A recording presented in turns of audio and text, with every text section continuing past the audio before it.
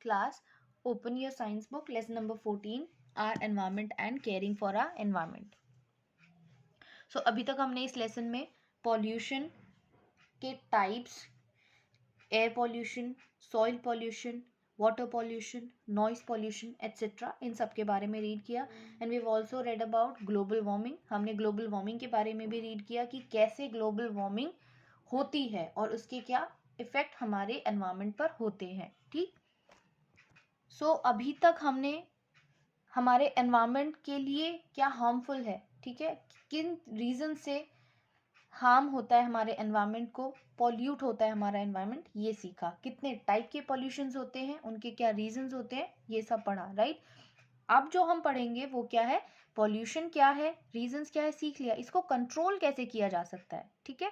तो पॉल्यूशन को कैसे कंट्रोल किया जाए, उसमें भी वेरियस टाइप्स के जो पॉल्यूशन है, like water pollution, soil pollution and noise pollution, इनको कैसे कंट्रोल किया जाए, ये हम स्टेप बाय स्टेप रीड करेंगे. Okay. So open your science book, lesson number 14 and page number 90. Following are the steps which can be followed by everyone to control pollution. कुछ ये steps हैं जो सभी को फॉलो करने चाहिए पॉल्यूशन को कंट्रोल करने के लिए. स्टेप 1 क्या है, controlling air pollution. Air pollution को हम कैसे कंट्रोल कर सकते हैं. Step 1, by getting pollution check for vehicles regularly.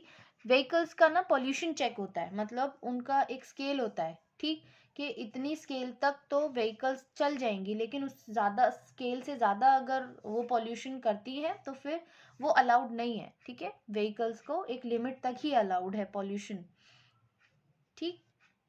तो फिर क्या होती है, अगर कोई व्हीकल ज़्यादा पॉल्यूशन कर रहा है तो फिर उनकी सर्विस होती है. ठीक है.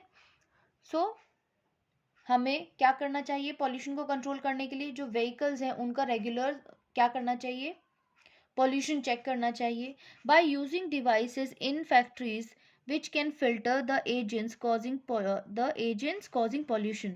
बाय हम क्या कर सकते हैं, दूसरा एयर पॉल्यूशन के लिए हम फैक्ट्रीज में फिल्टर्स लगा सकते हैं, जिससे जो चिमनीज के थ्रू एयर पॉल्यूशन होता है, एयर में जो पॉइजनस स्मोक या गैस मिक्स हो जाती है, उसको हम फिल्टर कर सके, जिससे पॉल्यूशन होता है. ठीक है. तो हम फैक्ट्रीज में फिल्टर इंस्टॉल कर सकते हैं, जिससे ये जो पॉल्यूशन के एजेंट्स है, जिससे पॉल्यूशन स्प्रेड होता है, उसको कंट्रोल किया जा सके. Planting trees also called afforestation. और क्या कर सकते हैं, हम ट्रीज प्लांट कर सकते हैं, क्योंकि आपको पता है ट्रीज से जो पॉल्यूशन है वो कंट्रोल होता है. ठीक. क्योंकि क्या होता है, पॉल्यूशन कब होता है, जब जो हमारा एटमॉस्फेयर है या एयर है उसमें कार्बन डाइऑक्साइड का जो लेवल है वो इंक्रीज ज़्यादा हो जाए. ज़्यादा इंक्रीज होगा तो उससे हीट जनरेट होगी, ग्लोबल वार्मिंग होगी, पॉल्यूशन होगा. ठीक है. तो जब हम ट्रीज को प्लांट करते हैं तो उससे जो हमारा एनवायरनमेंट है, जो हमारी एयर है, वो भी फिल्टर हो जाती है. ठीक है. ऑक्सीजन छोड़ती है जो प्लांट्स होते हैं, जब फोटोसिंथेसिस का जो प्रोसेस होता है उसमें, तो इस तरह से हमारी जो एयर है वो भी फिल्टर हो जाती है. Educating people about pollution and its effects and their controlling methods. और हम क्या कर सकते हैं, हम ज़्यादा से ज़्यादा लोगों को एजुकेट कर सकते हैं कि पॉल्यूशन क्या होता है, इसके क्या इफ़ेक्ट्स होते हैं और इसको हम कैसे कंट्रोल कर सकते हैं. ज़्यादा से ज़्यादा लोग अवेयर होंगे तो ज़्यादा पॉल्यूशन को हम कंट्रोल कर पाएंगे और जल्दी कंट्रोल कर पाएंगे. Fifth step is industries must be away from cities. जो इंडस्ट्रीज़ हैं, ठीक है, जिससे एयर पॉल्यूशन होता है, वो इंडस्ट्रीज सिटीज़ से दूर होनी चाहिए. उससे क्या होगा, सिटीज़ से दूर होंगी तो जो लोग हैं उन तक वो पॉइजनस गैस या स्मोक एयर के थ्रू उन तक नहीं पहुंच पाएगी. ठीक है. तो डिजीजेस ऐसे स्प्रेड नहीं होगी. और एक कुछ अल्टरनेट ढूंढा जाना चाहिए इस स्मोक को फिल्टर करने का. ठीक. एफॉरेस्टेशन क्या होता है, जब ट्रीज को ज़्यादा से ज़्यादा प्लांट किया जाता है, ठीक है, तो उसको एफॉरेस्टेशन कहते हैं. जब प्लांट्स को या ट्रीज को कट कर दिया जाता है तो उसको डिफॉरेस्टेशन कहते हैं. ठीक है. तो दोनों ऑपोजिट वर्ड्स हो गए. एफॉरेस्टेशन प्लांट करना ट्रीज, डिफॉरेस्टेशन ट्रीज को कट करना. Now controlling water pollution. Water pollution हम कैसे कंट्रोल कर सकते हैं. First step is proper drainage system. हम वाटर पॉल्यूशन को कंट्रोल कर सकते हैं प्रॉपर ड्रेनेज सिस्टम लगा करके.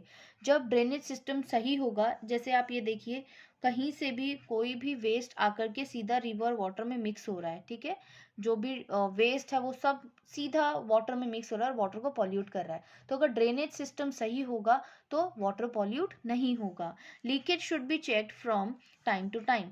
और अगर ड्रेनेज सिस्टम प्रॉपर हो उसके बाद भी कहीं लीकेज है तो वो भी टाइम टू टाइम चेक की जानी चाहिए, क्योंकि लीकेज भी अगर होगी तो भी वाटर पॉल्यूट ही हो रहा है। सो लीकेज भी टाइम टू टाइम चेक की जानी चाहिए जिससे कि वाटर को पॉल्यूट होने से बचाया जा सके। Factories should not dump their waste into water bodies without treating them to remove all the harmful products. और क्या किया जा सकता है, ये जो लार्ज फैक्ट्रीज होती हैं इनका जो वेस्ट होता है उनको वाटर में डंप ना किया जाए जब तक ये जो वेस्ट निकला है इसमें जो हार्मफुल प्रोडक्ट्स होते हैं उनको हटा ना दिया जाए, ठीक है, उनको हटाया जाना चाहिए ताकि ये जो हार्मफुल प्रोडक्ट्स हैं ये वाटर में मिक्स होके वाटर को पॉल्यूट ना करें। Washing clothes and animals in reverse should be checked.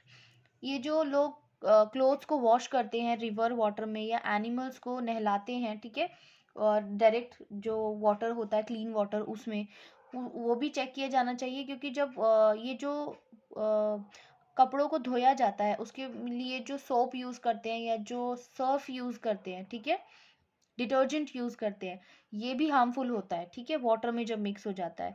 Animals को नहलाते हैं तो इन सब से भी क्या है, वाटर ही पॉल्यूट हो रहा है, तो हमें ये सब भी नहीं करना चाहिए।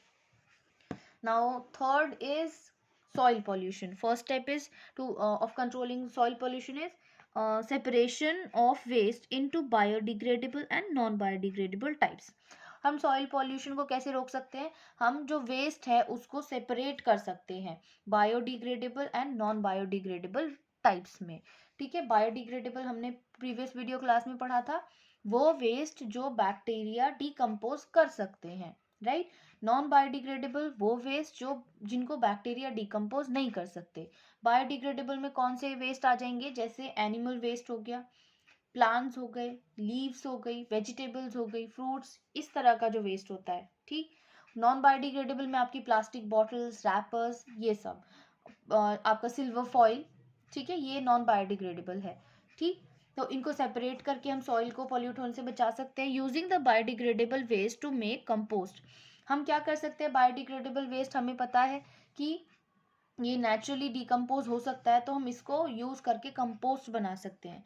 और बायोडिग्रेडेबल वेस्ट को हम यूज़ करके कंपोस्ट बना के क्या बना सकते हैं, ह्यूमस बना सकते हैं, खाद बना सकते हैं, ठीक है। Avoiding use of excess of practices pesticides and chemical fertilisers. क्या कर सकते हैं हम, अवॉइड कर सकते हैं एक्सेस यूज, किसका, एक्सेस मतलब होता है ज़्यादा, ज़्यादा यूज़ करना, किसका, पेस्टिसाइड्स और केमिकल फर्टिलाइजर्स। सबसे पहले तो हमें ऑर्गेनिक फर्टिलाइजर्स यूज़ करने चाहिए, ठीक है।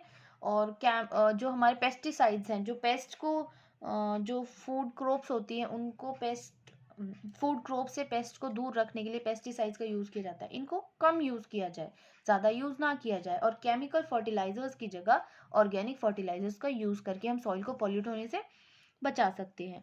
Bottles, cans, plastics and polybags can be reused और रिसाइकल्ड।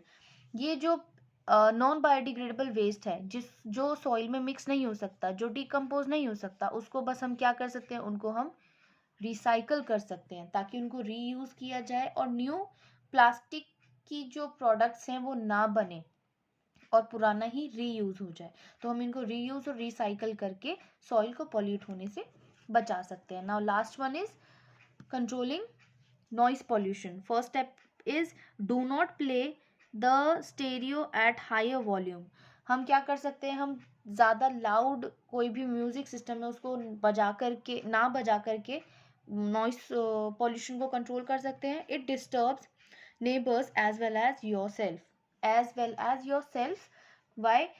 भले ही आप लाउड म्यूजिक सुन रहे हैं लेकिन इससे आपको भी क्या हो सकता है, आपको भी डीफनेस हो सकती है, ठीक है, डेफनेस हो सकती है, मतलब आपकी जो सुनने की एबिलिटी है उस पर इसका इफेक्ट पड़ सकता है।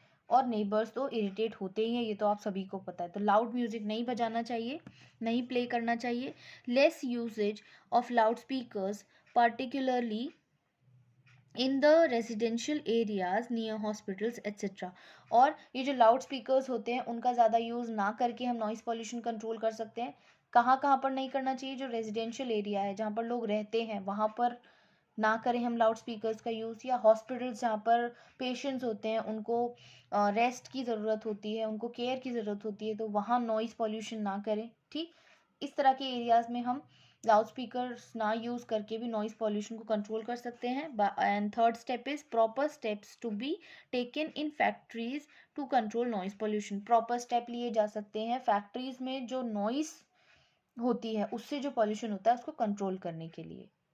ठीक, सो आई होप आपको ये लेसन अच्छे से समझ आया होगा। Still you have any doubt about any topic, then you can ask me in my personal chat. Okay.